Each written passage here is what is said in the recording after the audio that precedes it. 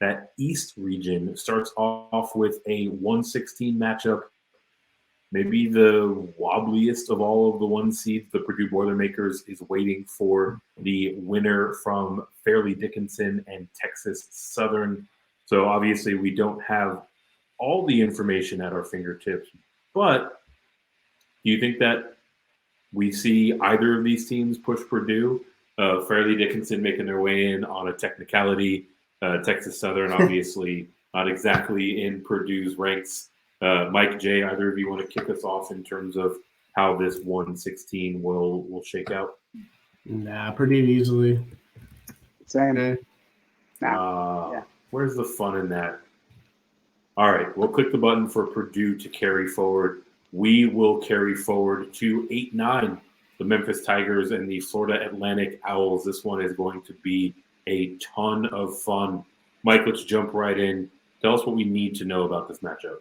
Yeah, I'm a little nervous because everyone loves Memphis, not just this round, but even in the next round. And all year we talked about how dangerous Florida Atlantic was, right, Jay? I mean, upside confidence here, I still put it at 20% for Florida Atlantic. KenPom is basically a coin flip. It's Memphis -1. But you just look at the duo, man, Kendrick Davis and DeAndre Williams. DeAndre Williams, the oldest player in college basketball, 26. Yeah, they're going to face off, and we know the usage is going to go to those two guys from Memphis, and we know FAU is going to roll out. They're basically Alabama light, where they just roll out a bunch of dudes in waves. I think for me it's going to be Memphis. I wouldn't be shocked though if Florida Atlantic the upset, which is what I think Purdue fans are hoping happens, so they can stop hearing this noise. Yeah, I'm going to go with Memphis too. I'm on the hype train 100%. For me, I think the X factor is going to be Keontae Kennedy, shoots 38% from three. Something to watch. He's, coming off of that hand injury in mid-February. So if he can get back there and get in the game and play meaningful minutes, and get into double digits for this Memphis side, I think that makes them super dangerous. But this is a team that is playing really well at the right time, won their conference tournament. Kendrick Davis is a freaking superstar. Yeah, FAU, they only lost 2 or 3 games all year. I think 3 games all season long, in and out of the top 25. They're a legit team, but I think this is just a case of a team in Memphis that is just playing so well right now. I'm going to go with Memphis here in this matchup. Got to ride the hot hand, especially when that hot hand is featuring maybe the most successful transfer portal player, Kendrick Davis, of the offseason. So we'll sweep it. We'll have the Tigers advance, and that will take us on to the 5-12 matchup on this side of the bracket. And man, we have been pining for Oral Roberts and Max A. Smith to make their way into the tournament, and they get done dirty, bouncing up against maybe the hottest team in all of college basketball, the number 5th seed Duke Blue Devils. A lot of things to unpack here. Mike, you want to get it started? Yeah, this is not good for our Max A. Smiths.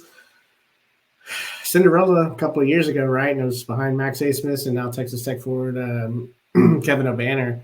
But Connor Vanover, star down transfer from Arkansas, just a really, really great player, really great fit. And they have 3 other guys that were in that 2021 Sweet 16 run. I just hate it. I hate it. I have an upside confidence of 20%. I know a lot of people are high on ORU. I think a lot of that is nostalgia, right? But I don't know and the people just hate Duke, right? So they don't want Duke to win. But this is a dangerous Duke squad. They've just got so much talent. It's ridiculous. Like the fact that Lively can stay on the floor now 25 minutes and doesn't, get on the bench with fouls changes them defensively. Filipowski inside out. Like they're basically twin towers. Vanover is going to have a tough time with them. And then it feels like they're finally healthy, right? And we talked about it on the bracket reveal, and when we saw this, it was like, oh no, like one of the hottest teams in Duke taking on Max A. Smith, and Duke is tough. They're first in in average height, so they have length. They're going to be able to defend. Their top 25 defense. If they can hit any threes, nobody's beating them in this tournament. Like, that's how confident I feel in Duke. They just need to make threes. That was the question all offseason. They had to figure out how to replace Keels, Banchero, AJ Griffin. Talk about it over and over and over again. And, Whitehead and Filipowski, even if Jeremy Roach can get you 35% from three, if this team shoots 35% or more during this tournament, if they're shooting anywhere near 40% from three, 36 to 37, 38%, I don't know. Like, it feels like a wrap for me. I think they're going to probably breeze their way through most of this tournament. That's just how strongly I feel, and I hate that Oral Roberts has to run into this, Jay. You have a similar feel, or do you think Cinderella comes back, man?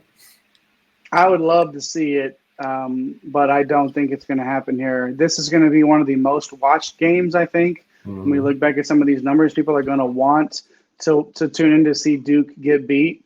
But I don't think that that's necessarily going to be the case. I know our guy, Kevin, in the chat agrees with us. Just an absolute shit spot for Oral Roberts, and we really wanted to be able to pick them and watch them make a run here. But I think one of the things to consider too, though, is Duke has all these freshmen that are playing super well. You mentioned Filipowski earlier. I like Derek Lively in the middle. He's really clogging it up lately. Basically 3 blocks a game over his last 14 games. So that, everything's going to be clogged up in the middle there. Duke, lots of offensive rebounds for Duke as well. But Oral Roberts takes care of the ball, but I just don't think that it'll be enough. They're going to have to make the most out of every single possession to keep up with Duke. And unfortunately, I don't think it's going to happen. So I am going to go ahead and begrudgingly pick the Blue Devils to advance in this one. It's crazy that KenPom's -3, dude. I thought it would be bigger. Close, man. I thought it'd be bigger too. But again, I think some of these, it's 6.5. Is what I'm seeing right now, 145.5 point total. I think that we'll probably see that. I think this is going to be. I think there's going to be some offense in this game, despite the some of the strengths that Duke has. But this is a tough one. I'd love to pick Oral Roberts here, but everybody, make sure you do watch this one. Fall in love with Max Asmus like we all have, and enjoy this one because it's going to be a good one. Yeah, one thing's for sure, right? Like, Max Asmus is going to shine so bright in this game. Don't know if it'll be enough to hold off all of the star power that Duke has. Mike, you talked about how we've been looking for this 3-point shooting, and if they find it, they're a problem. They found it in that ACC conference tournament, and they basically ran roughshod through it, right? So if they keep that hot shooting stroke from outside, they are going to be a nightmare matchup for pretty much any team, Oral Roberts included. Kevin, like we mentioned, checked in, thinks it's a terrible spot for Oral Roberts. Going back to the last game, thinks FAU Memphis is close, but tends to agree with us on the Memphis side. So definitely keep those comments coming. Come and let us know how you're feeling about these matchups. Let us know if you have any questions. We will move on to one of our favorite teams to cover in this 4-13 matchup, the Tennessee Volunteers as the 4 seed, facing off against the 13 seed Louisiana. Like we talked about with these defensive teams, it's always going to be close. They're always going to be within a possession. That's kind of the style of play that they have. Do you think that there is a chance that they drop this one to Louisiana in the first round, Mike? No chance at all. KenPom's -11.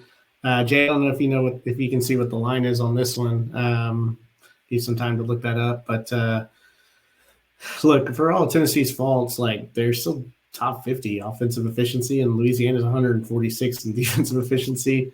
And you still have Vescovi and Triple J there.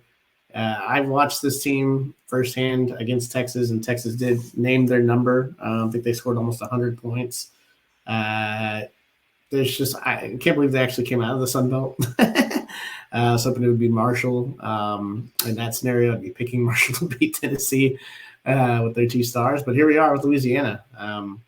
I don't know, Jay, anything here? I don't see how Tennessee loses this one. I don't know if they get much further. There's a lot of people that are going to pick Louisiana. This ain't it, though. Like, don't think that – I just don't think that this is the place when you're looking for that 5-12, 4-13 matchup to be different or to like Eric, you were mentioning how you like to, pick some upsets in the first round and get a little crazy. I just don't think this is the spot to do it.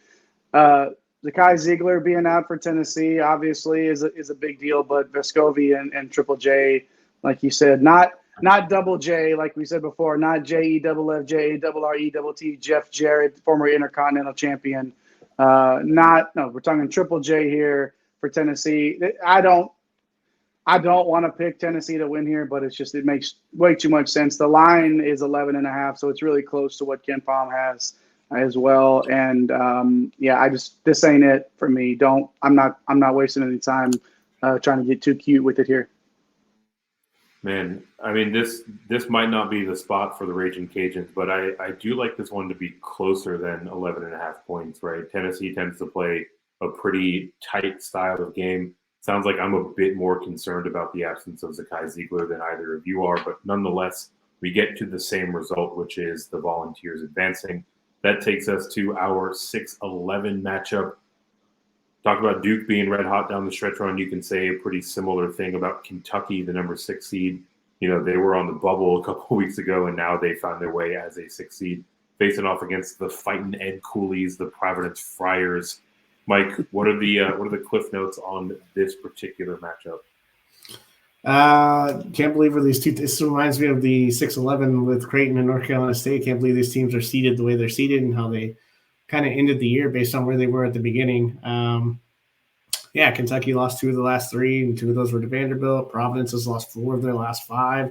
They kind of look lost. Jay, I like the revenge narrative for Bryce Hopkins here, man. And I worry about this Kentucky backcourt.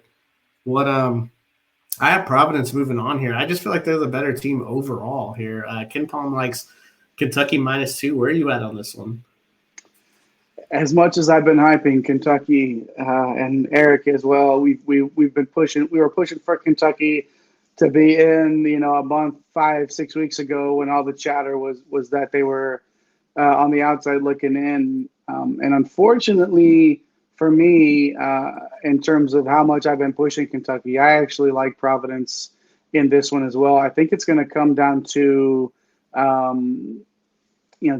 Providence getting a lot of offensive rebounds here. I do think that when we look at, it's Sheboy and Croswell, right? Like that's the premium matchup in the front court. And your Hopkins point, that was the point that I really wanted to make, Mike, that revenge factor for Hopkins after he really was just sort of shoved aside last year at Kentucky and really didn't get the type of run that he wanted to, which led him, hitting the portal like 180 players did yesterday. But for as much as I hyped up Kentucky over the last 3 or 4 weeks of the season, I am going to go with the Friars. They're going to do just enough to get this done, I feel. So I'll go with Providence. Yeah, this one's tricky, right? Like to have Kentucky bounce in the first round again. Granted, a team that's a bit of a tougher out than the Peacocks of last year. It feels a little bit weird, but I mean, I'm concerned with the backcourt for this Kentucky side. Ed Crosswell is certainly not Oscar Tshiebwe, but he's capable of handling a player of his caliber, at least keeping it competitive. And you look at the deficiencies in that Kentucky backcourt.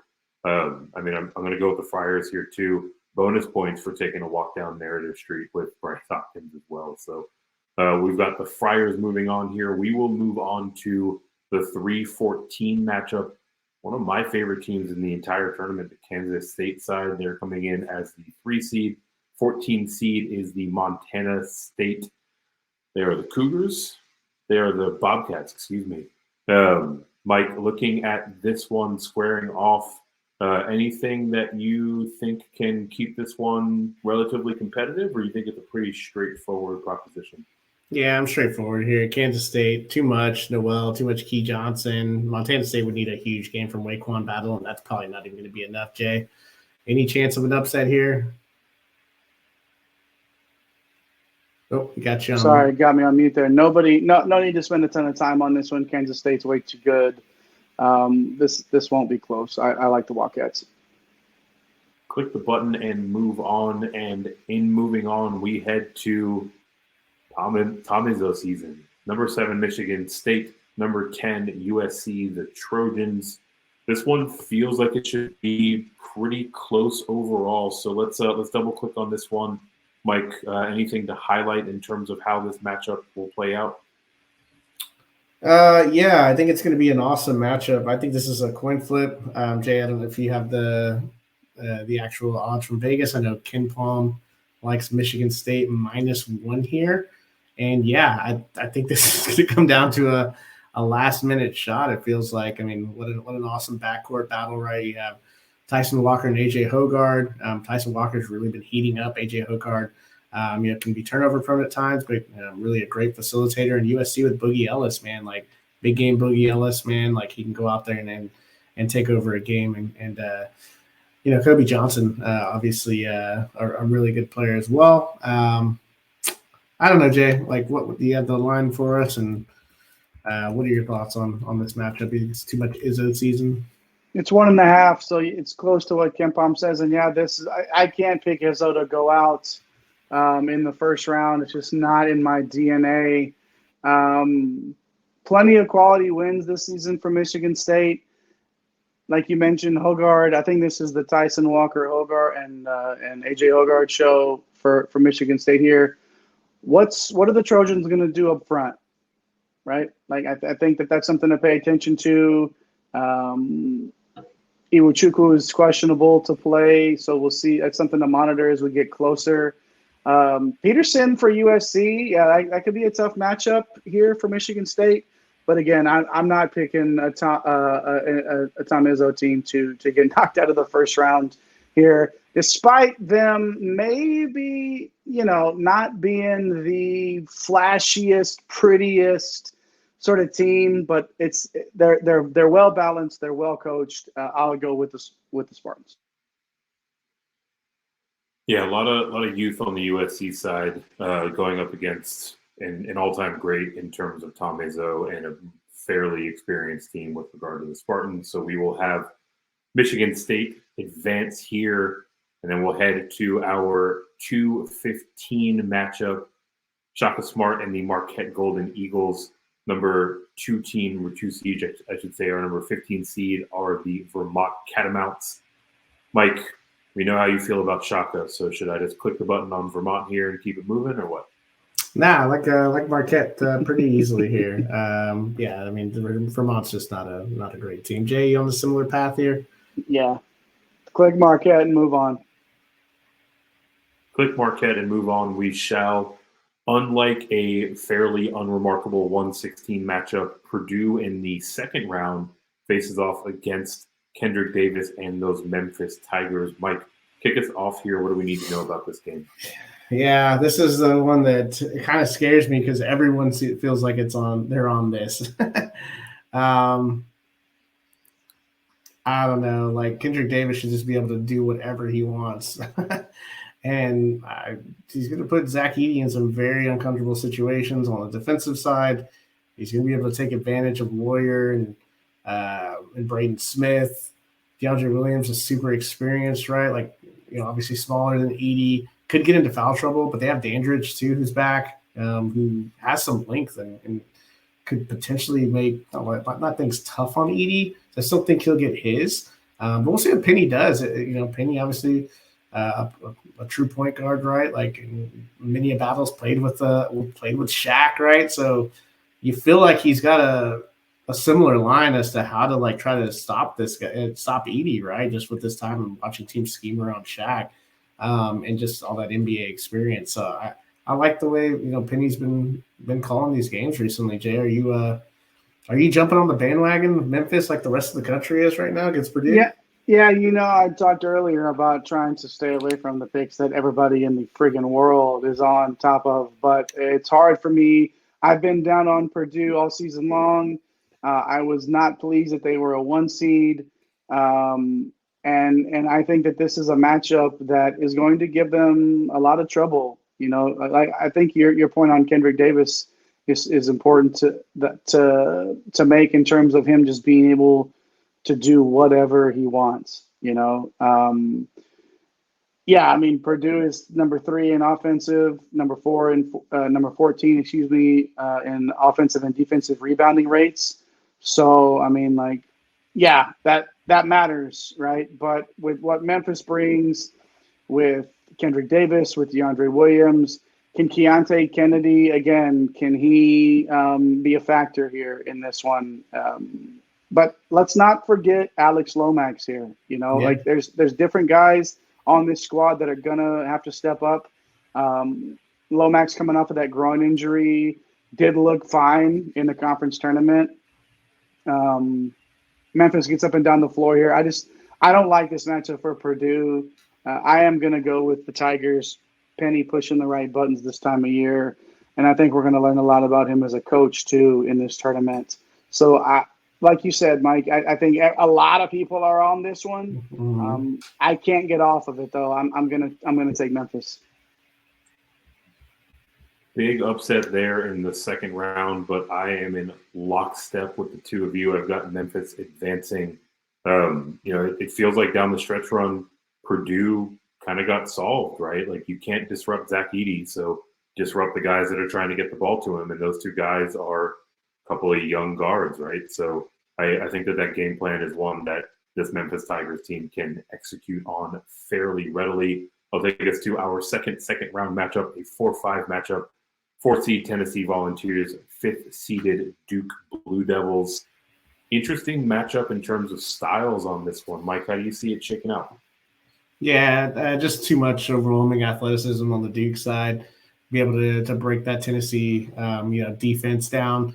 And yeah, I mean, Duke, like the path is there. And even if it was Purdue moving on, like I'm going to pick Duke, and Purdue doesn't really want to see Duke either. So especially with Lively and Filipowski able to to challenge Edey. So yeah, I got Duke here.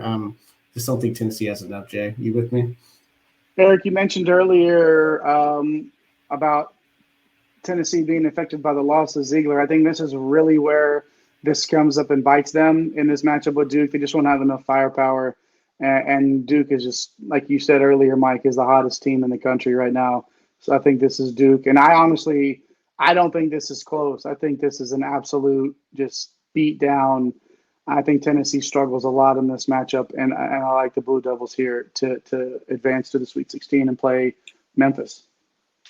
Yeah, Tennessee is in good company of teams that don't have the star power and athleticism to match up with Duke, and this is where their run will come to an end. That takes us to the 3-11 matchup, the Kansas State 3 seed, the 11th seeded Providence Friars. Mike, kick us off here. This one, it might not be the most popular pairing in the second round, but I do think there's some intrigue in the matchup. Yeah, and I actually kind of like Providence. I love their starting 5, right? But I think that one thing that Kansas State has is Naquan Tomlin, someone that you like a lot, Eric, and being able to put him on Hopkins here. So I do like Providence, Jay, but Kansas State's one of those Big 12 teams that is battle-tested. Be tough. Probably a little bit closer than most people expect in this one. What do you think about Kansas State? I think Kansas State matches up better at Providence than they do Kentucky, actually. I 100% agree with that, and let's not move on any farther without talking about the job Jerome Tang has done for Kansas State. I mean, this is Coach of the year, right? Yeah. I mean, if he's up there, Big 12 Coach of the Year, you said, yeah. I mean, this is a pretty remarkable turnaround that we've seen under Tang for the Wildcats. Yeah, I think that they're just too much for Providence here. We're going to see some of those inconsistencies come out after a tough matchup with Kentucky, and then you get Kansas State, who is a really, really, really good team. And like you said, Mike, battle-tested through the Big 12. That top 20 defense per Ken Palm, it's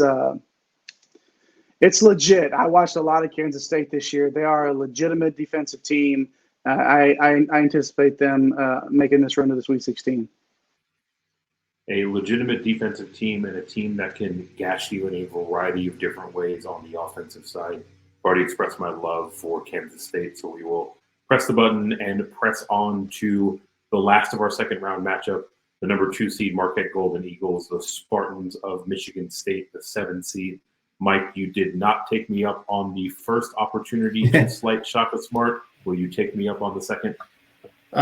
This one's gonna be closer, and this could be where they get picked off, honestly, because it's Izzo. 2, they have the backcourt to match up with Kolick and Jones, and Hogard and Walker. And Michigan State, the reason most teams that lost as many games as Michigan State would probably be a 10 or an 11, right? Like, but since they have so many quality quad 1 wins, this is what pushed them up to a 7 seed. So they are absolutely, like, Izzo doesn't care. He'll schedule whoever. And his non-conference is ridiculous. So they're not afraid to play anybody, and this is where it counts, right? But I think at the end of the day, right, like, Michigan State's defense worries me. They just, we're talking about Marquette, the top 10 offense. They just don't create any turnovers, and then, they don't get to the free throw line, which is another way you can kind of slow Marquette down. So if you're not going to turn Marquette over, and you're not going to, kind of grind the game down to, more of a halt, right? I just see Marquette moving on here. Jay, what are your thoughts? I'm actually on the opposite end of this one. I like Michigan State in this matchup. I think this is like a Joey Hauser's type of special, where the inside-outside type of a game, where Hauser not only leads the team in rebounds, but he also made 67 three-pointers and shot over 45% from out there. Plenty of three-point shooting on this Michigan State team. And then it is the Shaka Smart effect, right? Like, do I believe that this time of year Shaka Smart can get the job done on a consistent basis? It doesn't help that his team doesn't rebound well. It doesn't help that they're 257th in perimeter defense. I'm actually going to go with Michigan State in this one and ride that Tom Izzo wave to the Sweet 16, baby. Ooh, an opportunity to give Shaka Smart and these Golden Eagles give them their flowers. I'm easily the most bullish on this Marquette side out of the 3 of us, so I will happily break this tie with the Golden Eagles. Thing for me is, they're playing at a lightning fast pace. They have been an offensive juggernaut all season, but down the stretch run and into that tournament, they found their footing defensively, right? OMP was shutting people down. They really gave their opponents headaches all throughout that tournament. I like that trend to continue. And I think that this Marquette team can be real scary if they can keep that defensive efficiency going that we saw down the stretch run. So we are on to the Sweet 16 here in this region. Our first matchup that we're going to cover, the number 5 Duke Blue Devils, the number 8 Memphis Tigers. Mike, this one, the story with Duke so far as we've been covering them has been a lot about the star power. Is that going to be a similar tale for how this one will be won? Yeah, if it's Purdue, I still like Duke here for everything that we said earlier. They just have a ton of talent. They're playing so well right now. They shoot well from 3. Like, keep on moving them on, man. Jay, you feeling the same, whether it's Purdue or Memphis? Yeah, I do actually. Duke is just playing too good right now, and I do think that this will be a close one. Like, I don't think Duke, for the way that this bracket sets up, and as far as I think that we both have them going here, Mike, there's going to be some excellent basketball games to watch all the way through for them up and down this bracket. So I am going to pick Duke here. Just a little bit too much firepower there for the Blue Devils. So, yeah, I'll stick with Duke. Couldn't agree more. There's not a whole lot left to say on the Duke side. Before we move to the bottom half of the Sweet 16, we got Josh checking in with the quick what up. He ready to get this bread, fill out this winning bracket. So what's up, Josh? Appreciate you swinging through, Josh. Let us know if you have any questions or if you have any thoughts about how we are breaking down the bracket thus far. Bottom half of this matchup in the Sweet 16, 2-3 matchup. Number 2, Marquette Golden Eagles. Number 3, K-State Wildcats. 2 teams that I absolutely love. So I'm hoping that you will not force me to be the tiebreaker here.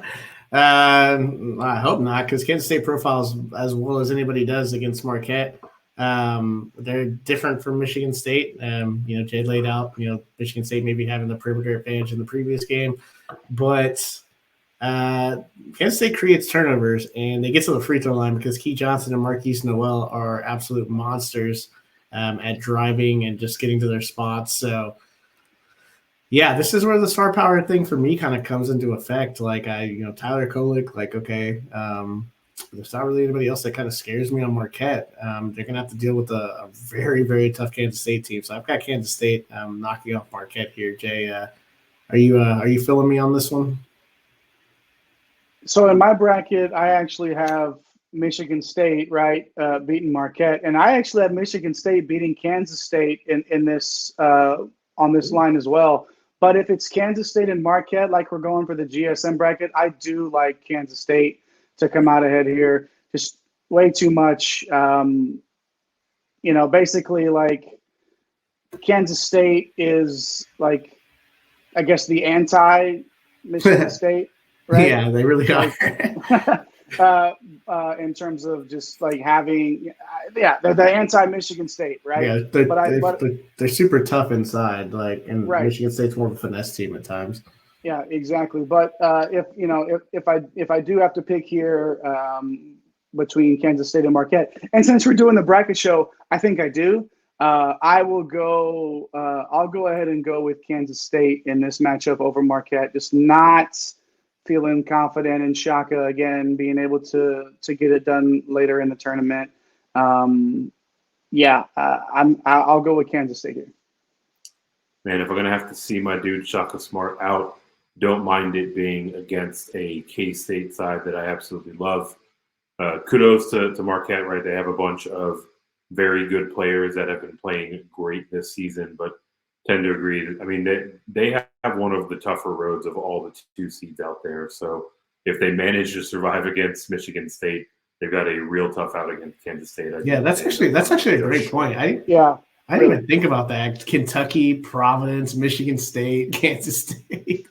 Yeah. I mean, that's Kansas State. If they make their way to the Elite Eight out of the East region, it'll be well deserved. They will have battled their way through, but we have them coming up just short of that Elite Eight, an Elite Eight that features the 3-5 matchup, the K-State Wildcats we were just talking about, and the apparently very athletic Duke Blue Devils.